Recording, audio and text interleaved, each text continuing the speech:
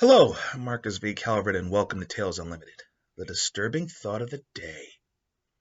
This one's gonna bother me a little bit. I'm just gonna warn you in advance, but I'm gonna pull it out of my head piece by piece, bit by bit. Druids, druidic bloodlines throughout the world. Different tricks, maybe like on the fringes, but at the very core, they can all do the same thing. They can mess with plants and animals, mainly plants now, or at least this particular bloodline. Now, normally the cliche is you have somebody who, grows up an orphan, something happens to the parents, doesn't know they have powers, all that crap. No, no, no, no, no, no, no, no, no. I actually did a short story with druids once. It was kind of cool. The mom was a druid, the father was an alchemist, and she only had a little bit of druid in her blood, so she could, let's see, how did she do it? She could sell drugs. So she would have like a stash of weed in her place, and if there was a raid, she would turn it into lettuce before they kicked down the door and got into her place. Stuff like that. And then Daddy was a full blown alchemist. It was in his blood, so he could teach it.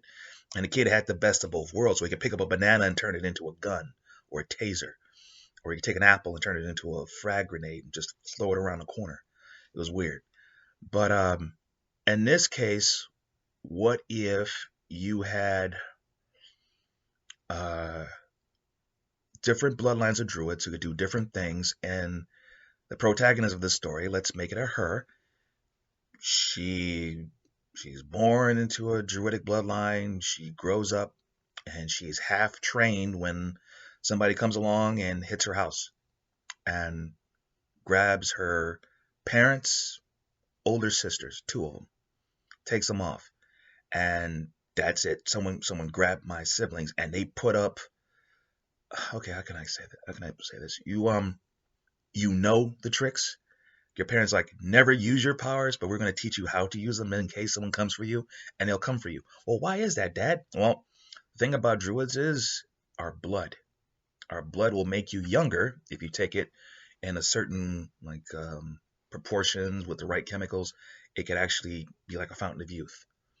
Also, if you can take enough of our blood from a pure enough like bloodline, uh, basically you have our powers for a short burst of time. And if you know how to use them, you can basically become a druid for a while.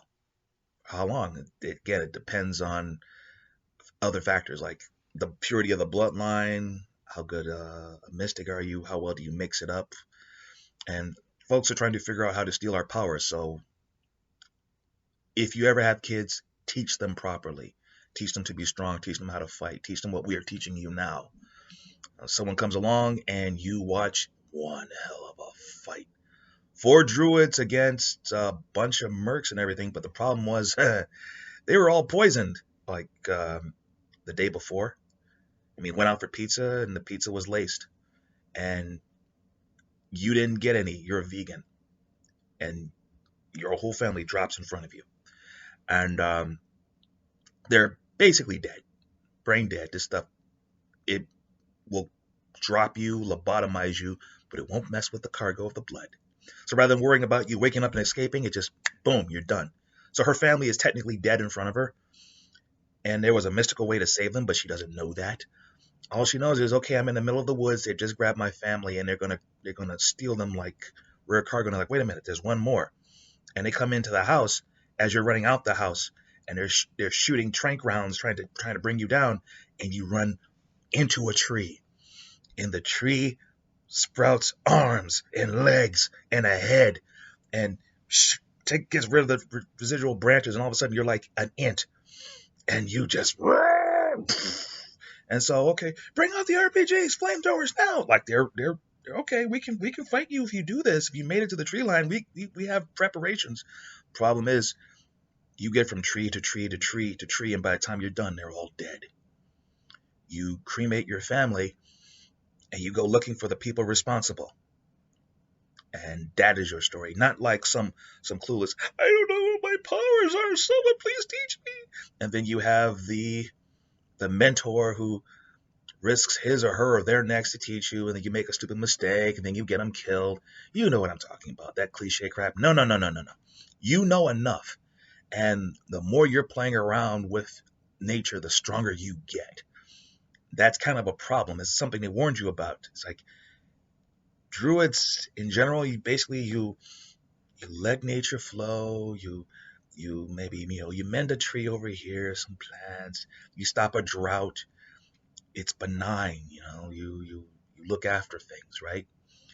But certain bloodlines are very, very, very belligerent, warlike. You can get carried away. And that is your challenge. How to get justice without becoming as bad as the people coming after the people who killed your family. That's twisted. And I don't know, maybe you can do the thing with the banana gun and the apple grenades, or you see that, some CEO of the company that finances operation is ordering a salad, and you just brush your fingers across the salad and you lace it with something guaranteed to kill him. Like, all these tricks. And like, okay, he eats a salad and the salad turns into worms or snakes or something that eats its way out of them. Little animals, and they burrow their way out and run off like rats. Each leaf of salad, it turns into a rat, a hungry, hungry rat. Oh, stuff like that. And she just starts to go dark to the point where other druids show up and go, okay, okay, okay, this has to stop now. What are you doing? They killed my parents. And these other druids from other bloodlines go, did they? Well, carry on. We're just going to make sure you don't, tip our existence out there and let people prove our existence. If you don't mind, we're just going to maybe rein you in a little bit. But what do you need? That kind of vengeance. Oh yes, it's kind of like clannish, like an eye for an eye. You kill mine, I'm gonna kill one of mine, I'm gonna kill 20 of yours. Yeah, it's that kind of payback. Yeah. Okay. Well, that's my disturbing thought of the day. Cheers. Oh, and happy Valentine's Day. All right. I'm Marcus V. Calvert. This is Tales Unlimited. Please check out talesunlimited.net for more of these disturbing thoughts, for the Battery podcasts, also for the books. Battery series is 200 short story prompts. They're meant for short stories, but you can use them for games, screenplays, book ideas. It's meant or mainly for people who are going to try to write that great American novel. It's a simple but difficult at the same time approach. But let's say you already know how to write novels. Let's say you already know how to write screenplays or game design, or you're an evil GM. It's got something there too, just for you. And trust me, the prompts are weird. Also, there are short story anthologies, 25 to a book.